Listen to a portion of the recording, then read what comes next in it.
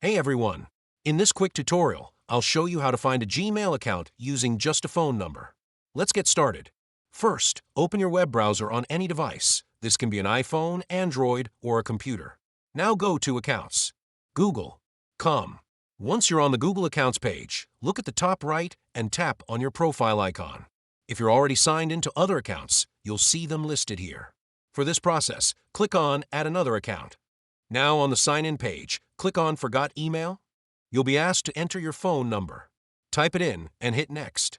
Then Google will ask for your first and last name. Enter the correct details and click Next again. Now it's time for verification. Click on Send to receive a verification code to your phone. Once you receive the code, enter it in the field provided and click Next. And that's it.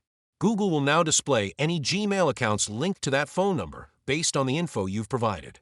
Super simple and really helpful, right? If this video helped you out, give it a thumbs up and make sure to subscribe for more quick tutorials like this one.